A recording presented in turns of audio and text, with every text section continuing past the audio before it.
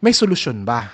Okay, eto, pinag-usapan natin problema, puro tayo reklamo. Do dapat ano ba, magrereklamo lang ba tayo sa DepEd? Aawayin ba natin ang teachers? Aawayin ba natin yung gobyerno? Ano bang pwede natin gawin? So bilang mga magulang, wag tayong umasa lang 100% sa school, sa paaralan, sa teachers, sa gobyerno. Wag. Kailangan meron tayong gawin. Kasi kung wala tayong gagawin, talagang lalakit tatandang bobo ang mga anak natin. Una, tandaan natin, R, which means read with your child. So, paano ba? Ang isang magandang solusyon na pwede natin gawin as parents, we have to step up. Kahit 15 minutes man lang bawat araw. Hindi naman kailangang bumili ka ng mamahaling libro. Guys, merong mga tindahan, kahit saan na yata ito sa Pilipinas, nagbebenta sila ng mga per kilo na mga libro. Kung ikaw ay nakakapag-load ka ng 200, 300 pesos a day o a week para dyan sa pagtitiktok mo o paglalaro mo ng ML o i-scatter, nagsusugal pa yung iba, ibili mo na yan ng mga libro, kagaya ng mga storybooks, o ang dami niyan. Hindi kailangang mamahalin. May mga second hand na mga libro, po pwede yun. May mga nagtatanong, ano bang magandang libro? Lahat ng libro maganda. Okay? Lahat ng libro maganda at nakakatulong. Pwede rin kayong bumili ng dyaryo, marami din yan. O kaya naman, pwede pa rin gumamit ng gadget, kaya lang, online articles. Marami din yan ah, sa online, maraming available diyan sa Google. Yun lang.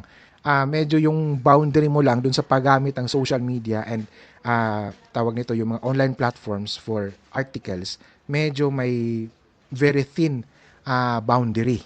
Yun. Pero ako, if you are going to ask me, my suggestion is talagang physical book. Walang makakapalit sa effectiveness, no? When it comes to effectiveness dun sa physical talaga na libro. Okay? So mga parents, I encourage you to buy books for your kids. Okay? Bumili tayo ng libro para sa ating mga anak. Sabi ko nga, hindi kailangang mamahalin. Kahit anong libro, hindi nang kailangan galing pa sa National Bookstore.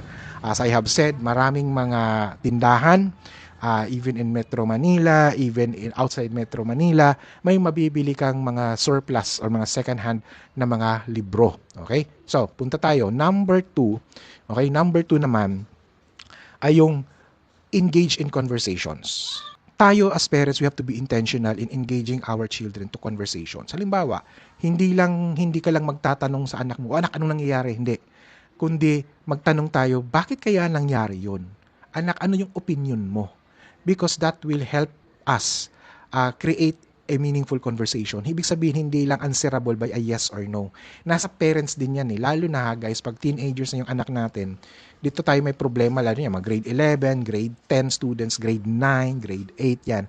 Ang conversation kasi sa kanila, hindi na yung katulad ng maliliit pa. So, etong mga to, naghahanap to ng meaningful conversation. Now, ang problema natin as parents kasi, minsan, ang madalas natin ginagawa ay naniningil tayo sa kanila. Pinapagalitan, kumbaga. Doon nagsisimula yung ating conversation. So, if that is our practice, ay wag ka nang magtaka. Talagang hindi kayo magkakaroon ng ganong opportunity. Bakit maganda yung conversation as a means, no, to increase comprehension? Kasi it helps the brain to think, no, to answer open-ended questions. Halimbawa, tanungin mo sa opinion niya. So, marami siyang pwedeng sabihin. At ang tayo as parents, ito lang ang warning ko sa mga parents. When you engage conversation, never, ever, ever na i-criticize ang sagot ng anak mo. Walang tama, walang mali sa kanyang sagot. If you think na mayroong problema sa sagot niya, dun sa tanong mo, wag mo munang barahin. Pakinggan mo muna. Mag-probing ka para maintindihan. Hindi yung singilan, huwag yung takutin. Kasi kapag tinakot mo na yung bata, sa susunod na tanong mo, hindi na yan sasagot. Kasi hindi ka na nagiging safe space. So, importante rito sa conversation, parents must be a safe space for your children. Avoid excessive screen dependency. Ayan. Guys, hindi naman kailangan totally ipagbawal. Kasi yung generation na yan ng mga kabataan ngayon, ito ngayon, mga kabataan ngayon, kasabay na nila yung pag-usbong ng technology. So, hindi kailangang ipagbawal, pero kailangan mo lang i-limit. Kaya ako, lagi kong sinasabi sa mga parents dyan, kung ang anak mo ay nasa between 1 year old hanggang 12 years old, please lang, wag nyo munang bilhan ng any gadget, any kind of cellphone, kahit mumurahin pa yan, para lang sa video or entertainment.